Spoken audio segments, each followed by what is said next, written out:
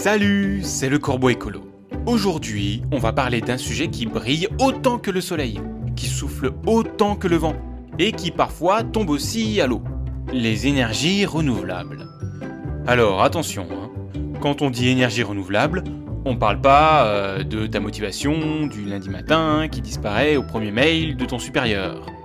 Non, on parle d'électricité qui vient du soleil, du vent, de l'eau, de la chaleur de la terre, ou encore de la biomasse. Bref, des sources qui se renouvellent à l'échelle humaine, et pas dans 300 millions d'années comme le charbon ou le pétrole, qui sont des ressources naturelles. Dans cet épisode, je vais te donner un panorama mondial. Où en est-on aujourd'hui ? Quelle part les renouvelables représentent-elles dans l'électricité mondiale ? Quels pays sont les champions du solaire, de l'éolien ou de l'hydro ? Et surtout, est-ce que tout le monde avance dans la même direction ? Ou est-ce qu'il y a aussi des pays qui font marche arrière ? On va voyager du Brésil à la Chine, en passant par l'Europe, avec des bonnes nouvelles, parce que oui, il y en a. Et quelques bémols, parce que la transition, c'est pas si simple. Bref, on déploie les ailes, on prend de la hauteur, et on regarde comment le monde s'éclaire, ou pas.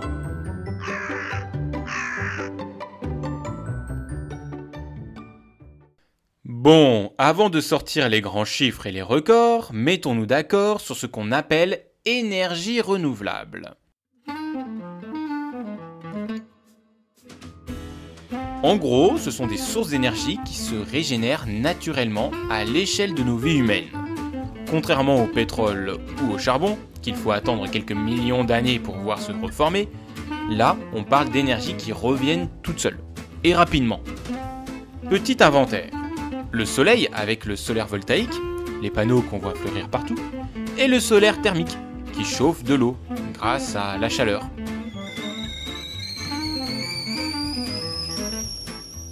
Le vent, avec les éoliennes, que ce soit sur terre ou en mer.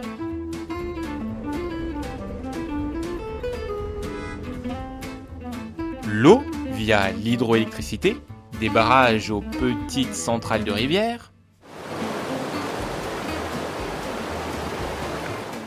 La terre elle-même, via la géothermie, qui va chercher la chaleur du sous-sol, et la biomasse, bois, déchets organiques, biogaz, bref, tout ce qui brûle ou fermente naturellement. Alors, bien sûr, certaines sont plus propres que d'autres. L'hydro peut avoir un gros impact sur les écosystèmes. La biomasse, ça dépend comment on l'utilise. Et même le solaire ou l'éolien ont besoin de matériaux et de métaux pas toujours très écolos à extraire.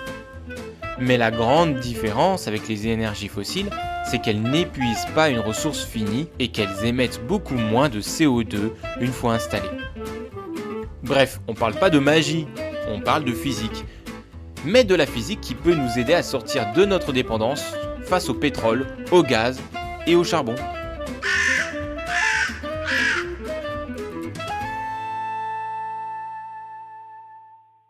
Bon, les énergies renouvelables, c'est pas juste un rêve de hippie avec des panneaux solaires dans le jardin.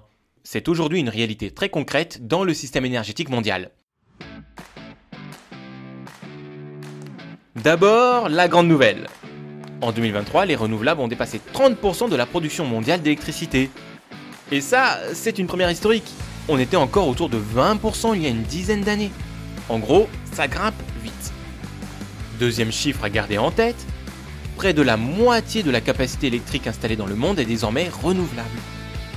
Donc, quand on construit une nouvelle centrale quelque part sur la planète, il y a de grandes chances que ce soit du solaire ou de l'éolien, plutôt que du charbon. Et ça bouge à une vitesse impressionnante. Rien qu'en 2024, on a ajouté 585 gigawatts de nouvelles capacités renouvelables dans le monde. Pour comparer, c'est plus que la totalité de la capacité électrique de l'Inde. Et enfin, les prévisions. Selon l'Agence internationale de l'énergie, l'IEA, d'ici 2030, la production d'électricité renouvelable pourra atteindre 17 000 TWh. Ça représente presque le double de ce qu'on avait en 2023. Autrement dit, le solaire et l'éolien vont continuer d'exploser. Alors, tout n'est pas rose évidemment, les renouvelables ne sont pas répartis de façon égale et certaines régions avancent beaucoup plus vite que d'autres. Mais à l'échelle du globe, la tendance est claire. l'électricité de demain sera beaucoup plus verte, entre guillemets, qu'aujourd'hui. Et maintenant, on va voir qui sont les champions de cette transition, et qui traînent un peu des pattes.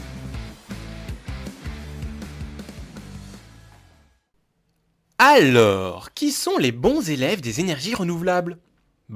Spoiler, certains pays carburent au soleil et au vent, pendant que d'autres continuent de rester coincés dans le charbon.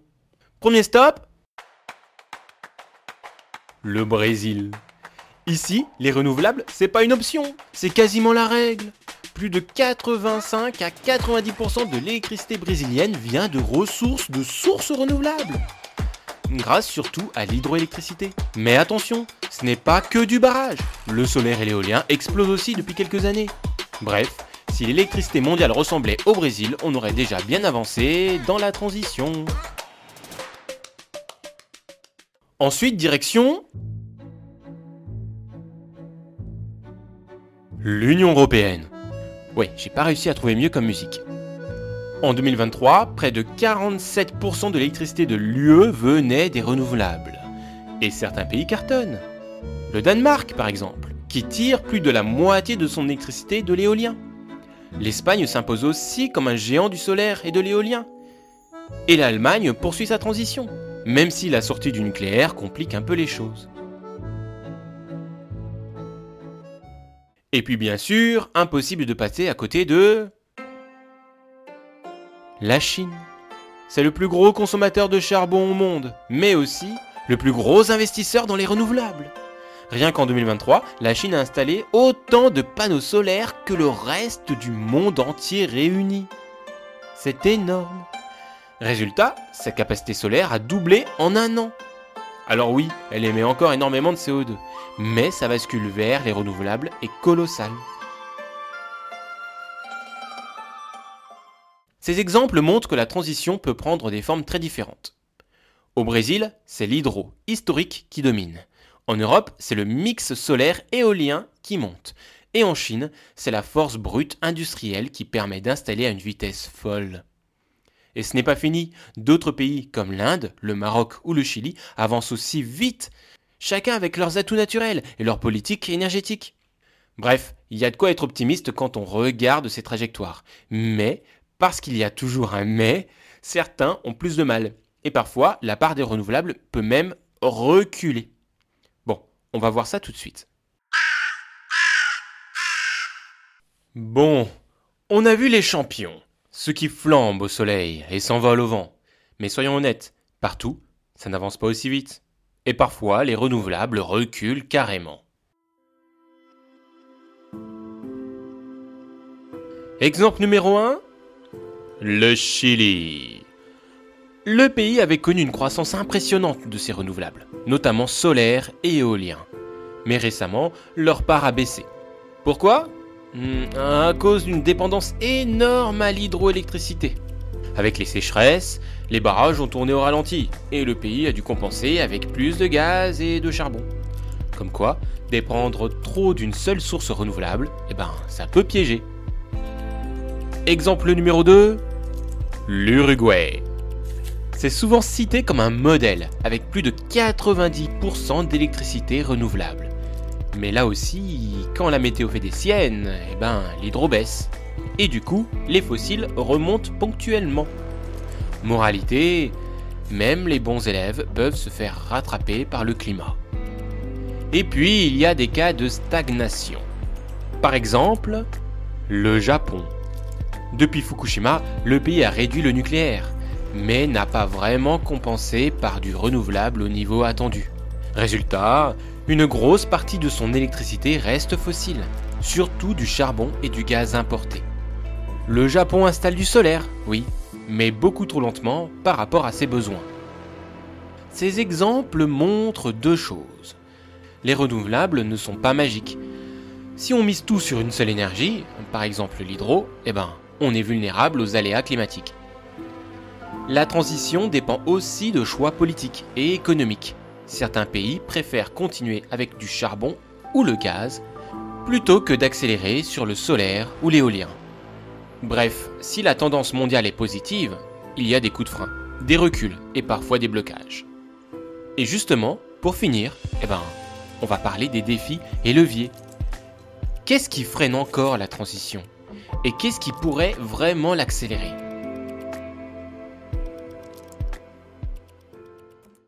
Ok, bon, maintenant que le décor est planté, parlons vrai. Si les renouvelables progressent aussi vite, pourquoi on n'est pas déjà à 100% d'électricité verte? Eh bien, parce qu'il y a quelques gros cailloux dans la chaussure. Premier défi, le stockage. Le soleil ne brille pas la nuit, le vent ne souffle pas toujours, et du coup, il faut des batteries, des stations de pompage, ou même de l'hydrogène pour garder l'énergie en réserve. Et aujourd'hui, on n'a pas encore de solution miracle pour stocker à grande échelle de façon propre, pas chère et durable. Deuxième défi, les réseaux électriques. On peut installer tous les panneaux solaires qu'on veut. Si le réseau n'est pas capable de transporter l'électricité là où elle est nécessaire, ça bloque. Beaucoup de pays doivent moderniser leurs lignes à haute tension, construire des interconnexions et gérer une électricité beaucoup plus variable qu'avant. Troisième défi, le financement et les inégalités. En Europe ou en Chine, on trouve des milliards pour investir dans le solaire et l'éolien. Mais dans certaines régions du monde, notamment en Afrique subsaharienne, il manque cruellement d'investissement. Résultat, l'électricité fossile reste dominante, parce qu'elle est plus facile à financer à court terme. Quatrième défi, l'acceptation sociale. Les éoliennes, ça fait du bruit, ça change les paysages. Les grands barrages, ça déplace des populations. Les mines de lithium pour les batteries, ça détruit des écosystèmes. Bref, même dans les énergies dites vertes, se posent des questions sociales et environnementales qu'il faut prendre au sérieux si on veut éviter les blocages. Mais heureusement, il y a aussi des leviers puissants pour accélérer. Déjà, les baisses de coûts. Le solaire et l'éolien sont déjà les sources les moins chères dans beaucoup de pays. Les innovations technologiques aussi, des batteries plus performantes, un réseau intelligent, des interconnexions régionales. Et puis surtout, les politiques publiques. Quand un État décide d'accélérer, ça marche. Exemple, l'Espagne ou le Danemark, qui ont réussi à transformer leur mix électrique grâce à des choix clairs et constants. Donc oui, la transition est pleine de défis, mais elle est loin d'être impossible. En fait, elle est déjà en cours. La vraie question c'est, est-ce qu'on accélère assez vite pour respecter les objectifs climatiques? Et ça, c'est une autre histoire.